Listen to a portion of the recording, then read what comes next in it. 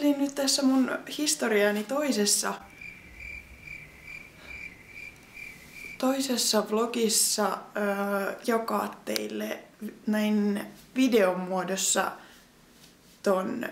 tommosen porkkanakakkutuorepuuro-reseptin, jonka mä kylläkin jaoin jo tuolla blogin puolella, mutta ajattelin nyt, halusin tehdä siitä myös videon, niin tosta tuli ihan sairaan hyvää, tosi helppo. Ei hirveästi mitään ihmeellisiä aineita tarvittu, kun mullakin löytyy chia-siemeniä ainakin niin kuin kaapista, semmonen iso säkillinen, niin niitä sai hyvin hyödynnettyä tässä ja tulee muutenkin aika semmosia simppeleitä aineksia tähän, mutta on sitäkin herkullisemman makuinen. Joo. Mennään siis vaikka tohon reseptiin suoraan.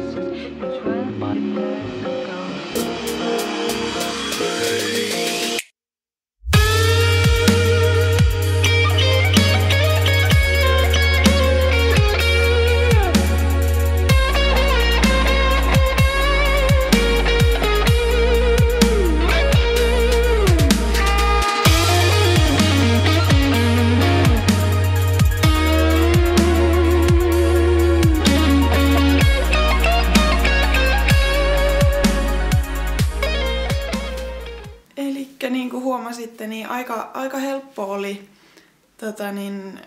Toi on ihan huippu, kun se voi tehdä illalla jääkaappiin tekeytyy ja sitten on aamulla valmis aamupala valmiina jääkaapissa. Niin ei mene aikaa sitten sen tekemiseen, jos on vaikka vähän kiireisempi aamu tai haluaa ottaa aamupalan mukaan vaikka töihin tai kouluun tai mihin ikinä onkaan menossa.